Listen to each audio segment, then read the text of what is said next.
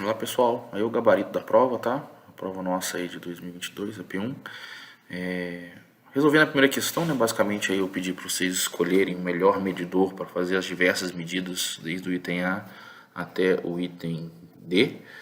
E lá atrás eu dei um anexo com todas as possibilidades. Então basicamente era consultar no anexo os tipos de medidores capazes de fazer a medição com a faixa correspondente e ver dentre eles, fazendo a conta aí da exatidão deles aí, a melhor escolha, tá? Tanto os digitais quanto os analógicos, todos eles competindo entre si. Então, basicamente, é olhar um por um para ver a determinada tensão. Primeira questão aqui, então, os flux, né? O primeiro grupo de flux, para medir 127 RMS, uma tomada, então um sinal AC. Então, dentre eles, eu tenho que ir lá conferir isso, qual que é o melhor. Então, no primeiro grupo de medidores Fluke, nós temos ali a tensão AC, a faixa de 400 volts, que é a faixa que vai medir o 127, tem a resolução de 0,1, um erro relativo de 1%, mais 3 vezes essa resolução de 0,1. Todos os modelos, ok? Já que a gente já está aqui, né, já vamos para o segundo conjunto de modelos Flux, que são os True RMS. Aqui, ó, tensão CA, True RMS. As faixas aqui, no caso, vai ser uma faixa de 600 volts, resolução também de 0,1 e a precisão aqui de 1% mais 3 para a faixa de frequência que a gente vai trabalhar, ou 2 mais na outra faixa de frequência. Então, é esse o mesmo valor. Então, dá para ver aqui que ficaria igual um ou outro, ok? Vamos lá ver como é que fica lá em cima.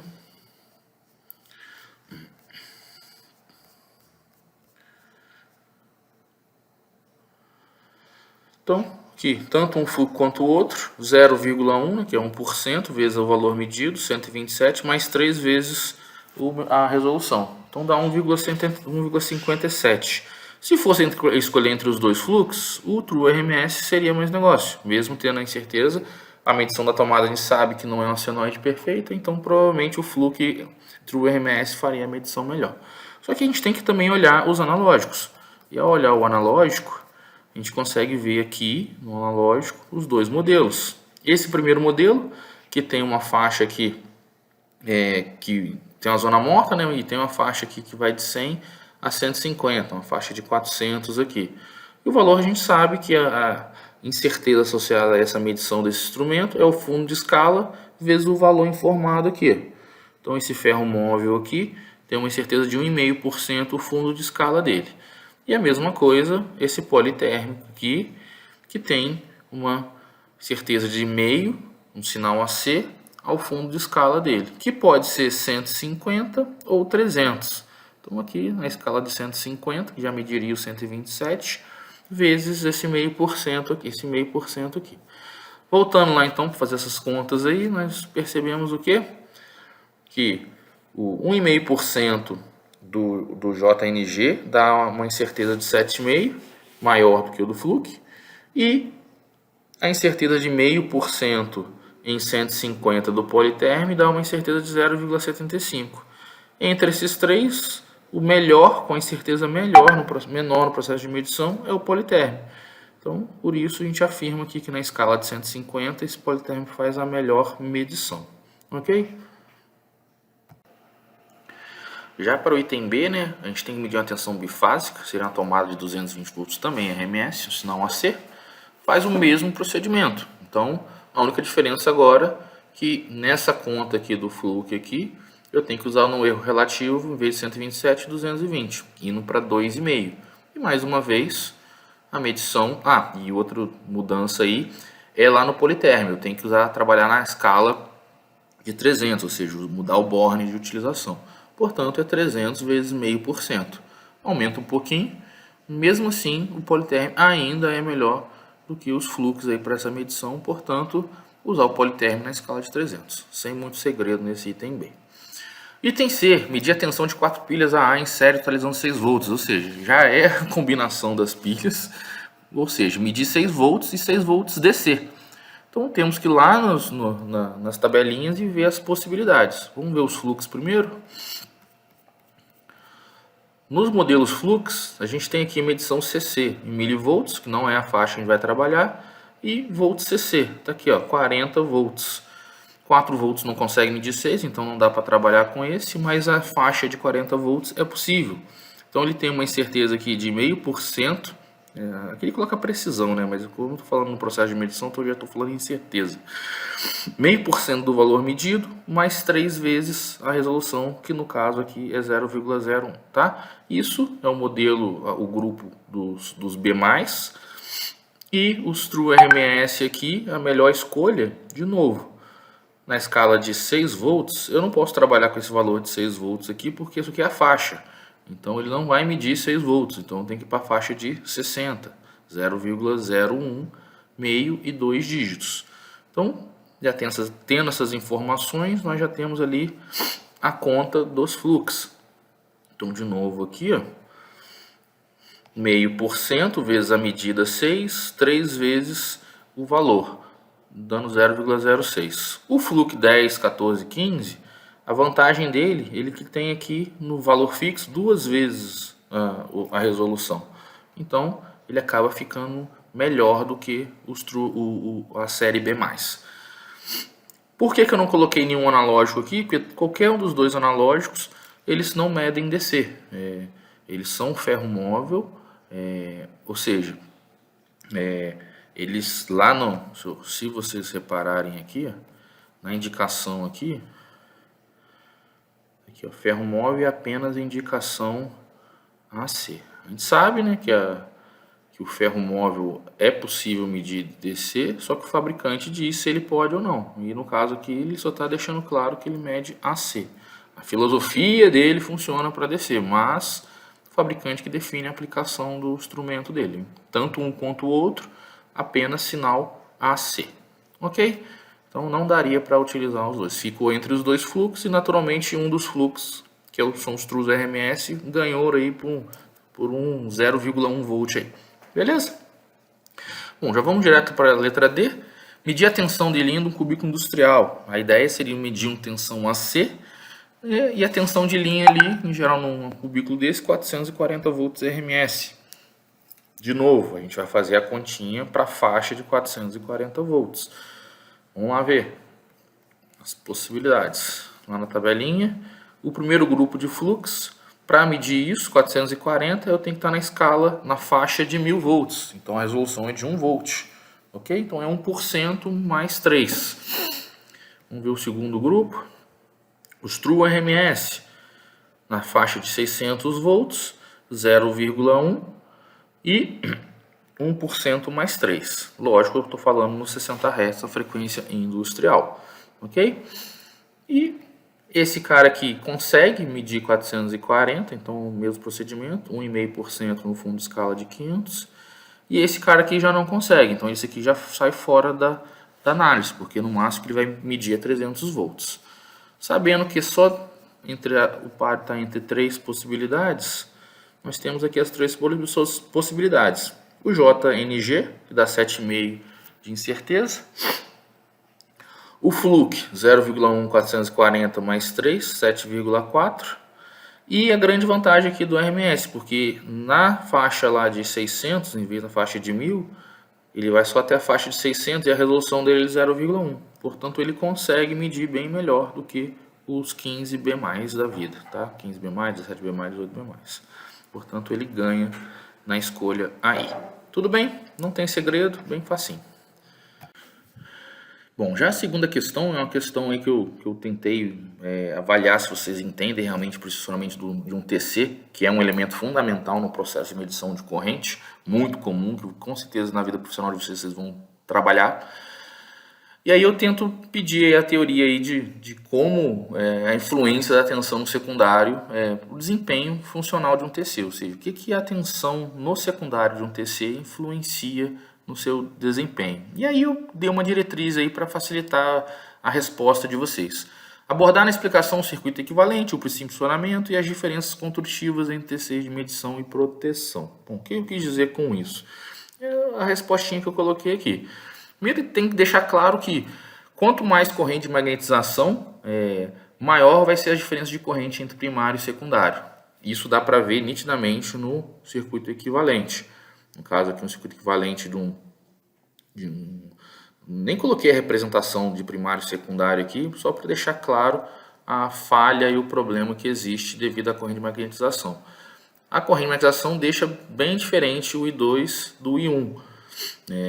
Portanto, quanto maior o I0, maior o erro ou a incerteza do nosso TC. Bom, sabendo disso, a importância de relacionar esse I0 com a tensão no secundário. E aí a gente sabe também que quanto mais tensão no secundário, isso devido à carga que está no secundário, devido à corrente passando no secundário, vai aparecer uma tensão no terminal secundário. E essa tensão naturalmente faz o fluxo no material ferromagnético ser maior. E aí naturalmente aumenta a corrente de magnetização, as perdas, ou seja, o desempenho dele fica muito ruim. O TC tem que trabalhar com fluxo magnético baixo, ok? Por isso que a tensão no secundário dele tem que ser a menor possível. E aí, para mostrar isso, essa comparaçãozinha aqui de gráficos, mostrando a relação entre intensidade magnética e densidade de fluxo. Quanto maior o fluxo, mais corrente eu vou precisar. Então, em TCs de medição para fluxos nominal, essa corrente de magnetização é pequenininha, mas ele satura muito rápido. E TCs de medição, de proteção, não. Essa corrente de magnetização em condições nominais é um pouco maior, garantindo que um TC de proteção vão ter erros maiores em condições nominais. Só que, por outro lado, ele satura com um fluxo muito maior. Então, é outra vantagem aí para a proteção. São as características principais entre o TC de medição e o de proteção. Se vocês falaram isso aí, explicaram com as palavras de vocês isso aí, eu dei 100% da questão. Quem respondeu uma parte dessa resposta, eu fui ponderando em relação a isso, tá? Então, basicamente isso. Mostrar que o I0 é o grande vilão, que deixa o desempenho do TC ruim, e esse zero basicamente depende da tensão no secundário. E essa tensão no secundário aí define qual o fluxo que vai acontecer no material ferromagnético do TC. E aí, dependendo desse material ferromagnético, eu vou ter uma corrente de magnetização maior ou menor. Basicamente é isso, deveria ser a resposta de vocês. Então, para finalizar aí as possibilidades de assunto dessa primeira prova, a primeira questão foi relacionada aos medidores, de como tratar os medidores e todos os problemas relacionados ao processo de medição dos medidores. A segunda foi falando sobre TC, que é algo fundamental, se entender como é que funciona um TC é muito importante. E a última é como se comporta um TP, e principalmente entendendo esse conceito de classes de exatidão. Então, eu tentei com essa questão aí trazer à luz aí desse assunto. Então tá aí, após ensaios para obtenção dos parâmetros do circuito equivalente transformador de potencial, deve-se analisar o circuito obtido para confirmar se aquela exatidão definida para o TP está correta ou não para uma carga puramente indutiva. Qual que é a ideia disso? A ideia é que eu coloque uma carga nominal especificada pelo fabricante e que nessa condição de carga nominal eu veja a diferença entre primário e secundário. O fasor no primário e o fasor no secundário. Lógico, em PU, já tirando a relação de transformação de potencial fora. E aí, com isso, vocês conseguem verificar se realmente ele está dentro da classe que deveria estar. Ok? Bom, então a gente tem aí o circuitinho equivalente com as informações, ZP, ZS, 0,2 mais J04, o ZE, J300 ohms, e uma carga puramente indutiva. No caso aqui, eu sei que vai ter a tensão nominal, partindo do princípio que eu teria uma tensão nominal aqui, qual que deveria ser a tensão no primário para que ele trabalhe nominalmente. Então, com 115 volts ângulo zero, eu vou ter que dissipar uma potência ativa aqui de quanto? 25 watts. Tá? Então, a conta é exatamente essa. Eu parto desse princípio que eu já sei essa tensão no secundário e quero saber quem é essa tensão no primário.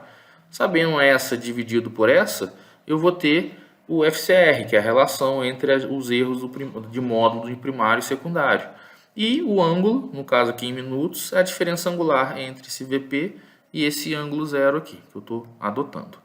Ok? Bom, então o RTP não faz diferença nenhuma nessa questão, não importa nada. A única coisa que importa é essa potência da carga, que define a corrente que vai passar nessa carga em condição nominal, e a classe 03 para dizer que se cair dentro dessa classe 03 aqui, esse cara está correto. Bom, como é que a gente faz essa conta? Primeiro, né, tem que saber essa corrente secundária nominal aí. Se vai passar na carga 25 watts em 115 volts, eu sei que a corrente é J2174, fazendo essa continha, ok? Então, eu tenho essa informação da corrente no nosso secundário, ok? Bom, tendo essa corrente... Opa, deixa eu voltar aqui. Aí. Sabendo disso, e voltando aqui, puramente indutiva, o que isso quer dizer puramente? Eu falei watts, né? Me desculpa, tá, gente? Eu acabei de falar para vocês 25 watts, é 25 VAR, é uma carga puramente indutiva, tá? Portanto, aqui a corrente é um indutor, então ela está atrasada a 90 graus em relação à tensão que tem 0 graus, tá? Desculpa eu ter falado potência ativa antes ali.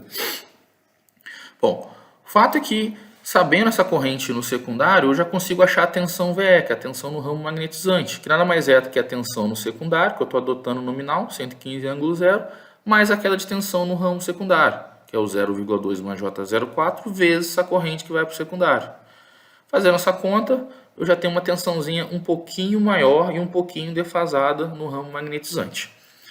Sabendo o valor dessa corrente do ramo magnetizante, basta eu dividir pela impedância do ramo magnetizante, que é J300, para obter a corrente de magnetização nominal ali. Então, 0,38 com ângulo de menos 90. Tendo essa corrente de ramo magnetizante, bastaria eu calcular agora a queda de tensão no rolamento primário e obter a tensão no primário. Mas para isso eu preciso achar essa corrente no primário, que nada mais é do que a do ramo magnetizante, mais a que vai para a carga. Fazendo essa conta, eu tenho aqui 0,6010 com ângulo de menos 90. Pegando essa corrente e multiplicando também pela impedância do primário, em PU, lógico, né? No caso, PU não, aqui é ohms mesmo, desculpa. Eu vou ter o valor da tensão no primário, 115,32,745 com ângulo de menos 0,8 graus. O FCR vai ser a relação dos módulos, 115/32 por 115, então dá 0,028.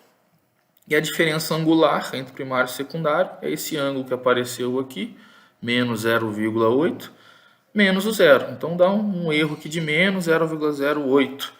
Sabendo que isso aqui é graus, 1 grau tem 60 minutos, 0,8 tem quantos minutos? Menos 4,88 minutos. Se a gente for olhar lá no gráfico real, dá para ver aqui que aqui 1/3, né, seria um quinto, e 30 está aqui, então ele está nessa região aqui. Portanto, ele está dentro da classe 03, conforme foi analisado. Então, é isso que eu queria de vocês aí, afirmar que ele está dentro. Portanto, o TP é aprovado para a classe 03, quando carga 25 VA. 25 VA é a potência aparente. Como é uma carga puramente indutiva, 25 VAR, ok? VA reativos.